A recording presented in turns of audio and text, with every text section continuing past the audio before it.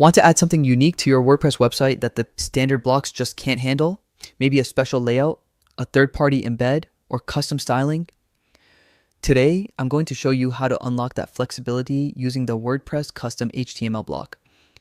First, open any post or page in the WordPress block editor. Click the plus icon to add a new block and search for custom HTML. Once you select it, you'll see a blank space where you can enter your HTML code. This is your playground. Anything from embedding a video, adding a custom form, or even creating a styled button can go here.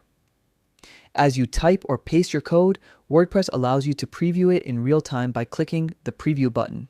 This is super helpful because you can see exactly how it will look on your site before publishing.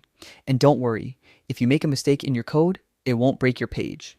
The block editor isolates the HTML so your other content stays safe. Another neat trick is combining HTML with CSS right in the block to style your elements exactly how you want. You can even mix in JavaScript for more advanced functionality if you're comfortable with it.